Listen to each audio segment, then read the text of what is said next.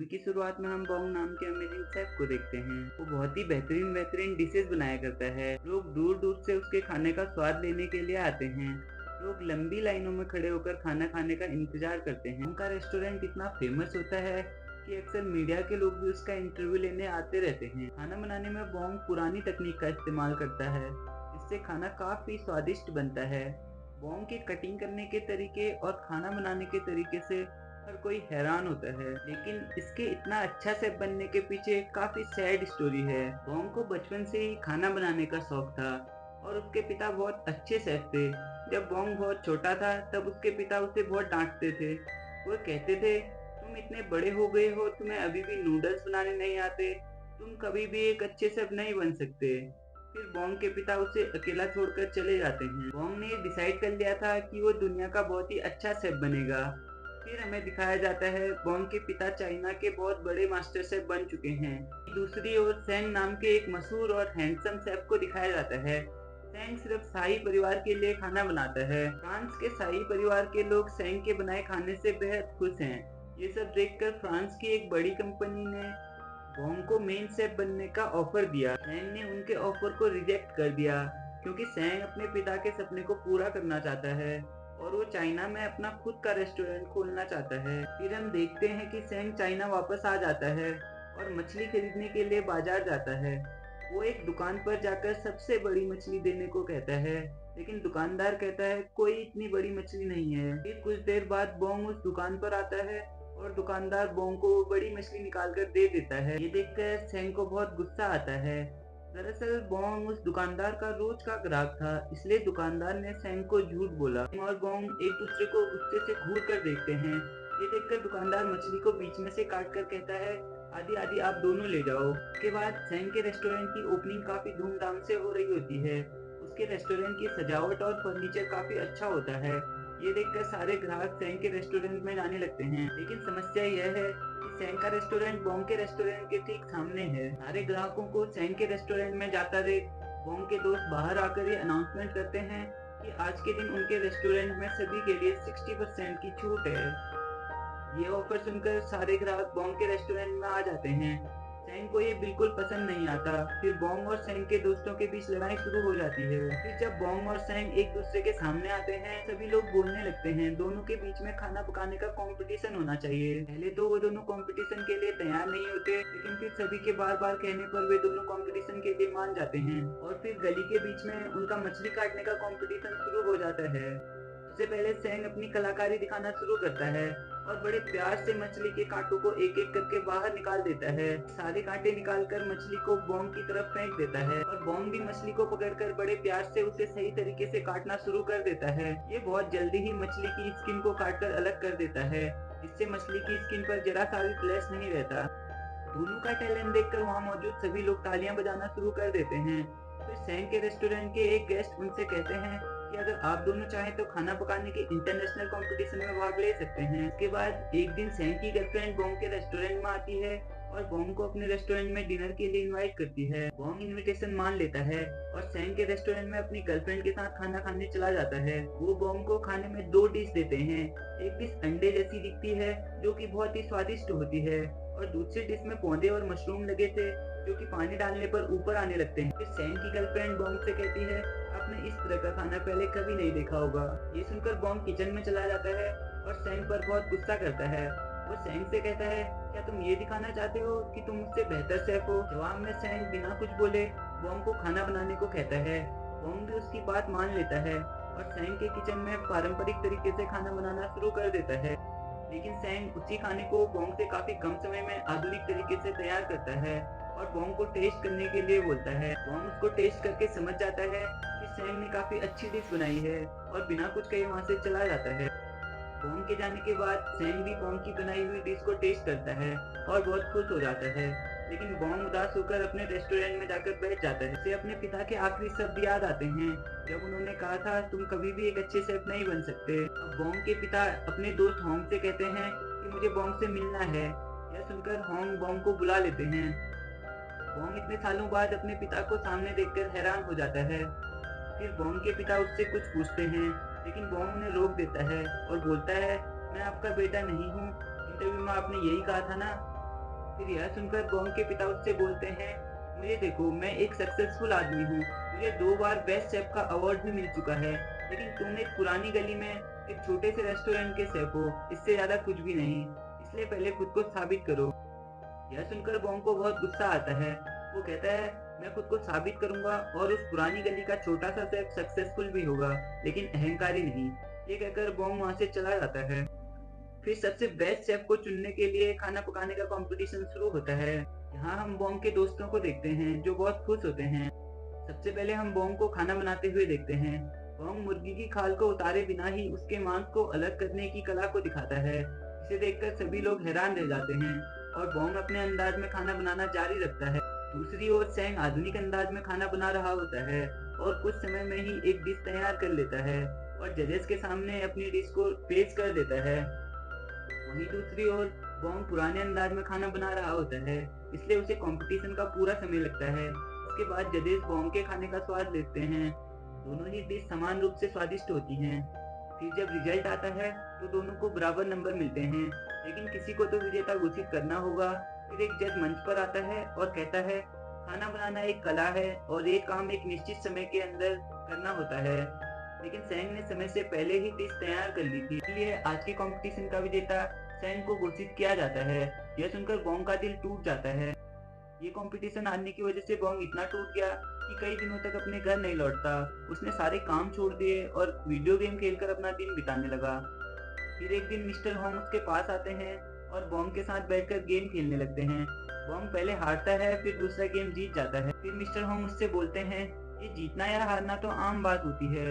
हारने का मतलब ये नहीं कि आप कभी दोबारा जीत नहीं सकते, आपको आगे जीतने की तैयारी करनी चाहिए। फिर यहाँ हमें पता चलता है कि मिस्टर होंग ही बॉन्ग के रेस्टोरेंट के असली मालिक हैं और उन्होंने उस रेस्टोरेंट के सभी लोगों को सड़क से उठाकर अपने पैरों पर खड़ा किया है। वे सभी से इतना प्यार करते हैं कि उनके चक्कर में अभी तक उन्होंने शादी भी नहीं करी है। फिर हम सैम और उसके साथियों को उसकी जीत के लिए पार्टी करते हुए देखते हैं। फिर एक है, तभी सैंग की गर्लफ्रेंड वहाँ 2 सूप लेकर आती है और सैंग के सामने रख देती है। फिर सैंग से कहती है, इन दोनों सूप को टेस्ट करके बताओ किसमें ज्यादा नमक है। ये सुनकर सैंग हैरान हो जाता है, क्योंकि उसे एहसास हो जाता है कि उसका राज खुल चुका है, और वो ये है कि सैंग को खाना बनाना तो बहुत अच्छे से आता है, लेकिन वो स्वाद नहीं कर सकता। फिर वो सैंग की रेसिपी बुक भी ले लेती है और कहती है कि किताब के जरिए कोई भी आपके जैसा खाना बना सकता है, इसलिए अब हमें आपकी जरूरत नहीं है। फिर सैंग का दूसरा पार्टनर कहता है कि ये अब तुम्हारी गर्लफ्रेंड भी नहीं है, क्योंकि मुझसे प्यार करती है। फिर सैंग की गर्लफ्रेंड उससे कहती है, मैं तुमसे कभी भी प्यार नहीं करती थी, मुझे तो बस इंटरनेशनल कंपटीशन में हिस्सा लेना था और अभी ये मौका मिल गया है। उसके ये शब्द सुनकर सैंग को बहुत दुख होता है और वो वहाँ से रोते हुए बाहर चला जाता है और सड़क किनारे बैठकर शराब पीने लगता है। बॉन्ग भी वहीं से गुजर रहा होता है और वो सैंग को वहाँ बैठा देख लेता है और सैंग के पास जाकर बोलता है, कंपटीशन मैं हारा हूँ या तुम, जो इस तरह सड़क पर बैठकर शराब पी रहे हो। फिर सैंग उसे सारी सच्चाई बता देता है कि उसमें स्वाद लेने की क्षमता नहीं है और उसके पार्टनर ने उसके साथ क्या क्या किया। फिर सैंग वहाँ लगे बड़े पोस्टर को देखकर बोलता है, यह आदमी मेरी इंस्पिरेशन है, मैं एक दिन इनके जैसा बड़ा शेफ बनना चाहता हूँ। ये सुनकर बॉन्ग भी अपना राज सैंग को बता देता है और कहता है कि इस फोटो में ये जो आदमी है वो मेरे फादर हैं। हालांकि सैंग को पहले तो बॉन्ग की इस बात पर विश्वास नहीं होता, लेकिन जब बॉन्ग अपनी बचपन की पूरी कहानी बताता है तो सैंग को भी विश्वास हो जाता है। फिर वो दोनों मिलकर उनके पोस्टर पर कांच की बोतल फेंककर अपने दुख को कम करने की कोशिश करते हैं और इसी तरह वो दोनों एक दूसरे के अच्छे दोस्त बन जाते हैं। फिर हम देखते हैं कि सैंग के पार्टनर बॉन्ग के रेस्टोरेंट में जाते हैं और बोलते हैं कि उन्होंने इस रेस्टोरेंट को खरीद लिया है और वो मिस्टर होंग को जल्दी से इस रेस्टोरेंट को खाली करने के लिए बोलते हैं, क्योंकि बहुत जल्दी इस रेस्टोरेंट को तोड़कर यहाँ एक नई बिल्डिंग बनाई जाएगी। ये सुनकर सभी लोग वहाँ पर बहुत गुस्सा करते हैं। तभी बॉन्ग और सैंग भी वहाँ पहुँच जाते हैं। सैंग अपने पार्टनर से बोलता है, मैं कंपटीशन के अगले राउंड में इस लड़की को अपने साथ लेकर नहीं जाऊंगा, बल्कि मेरा पार्टनर होगा बॉन्ग। ये सुनकर उसका पार्टनर बोलता है, अगर तुम जैसा हम कहेंगे वैसा नहीं करोगे तो हम तुम्हारे करियर को बर्बाद कर देंगे। ये सुनकर सैंग को बहुत गुस्सा आता है और वो अपने पार्टनर को जोर से मारकर उसकी नाक तोड़ देता है। सैंग और बॉन्ग को ऐसे एक साथ देखकर वहाँ मौजूद सभी लोग बहुत खुश होते हैं। फिर अगले दिन हम दोनों को एक साथ खाना पकाने की कंपटीशन की तैयारी करते हुए देखते हैं। वो खाना बनाने में एक दूसरे की मदद करते हैं। बॉन्ग सैंग को पारंपरिक तरीके से खाना बनाना सिखाता है और सैंग बॉन्ग को अपना आधुनिक तरीके से खाना बनाना सिखाता है। वो सैंग को खाने का स्वाद चखना भी सिखाता है। फिर दिखाया जाता है इंटरनेशनल कंपटीशन शुरू हो गया है। यहाँ सभी देशों के मशहूर शेफ कंपटीशन में भाग लेने आए होते हैं। फिर जब कंपटीशन शुरू होता है तो सभी अपने अपने अंदाज में खाना बनाना शुरू करते हैं। फिर खाने को बनाकर जजेस के सामने पेश किया जाता है। वे सभी के खाने को टेस्ट करते हैं। फिर जब रिजल्ट आता है तो बॉन्ग और सैंग फाइनल राउंड के लिए चुने जाते हैं।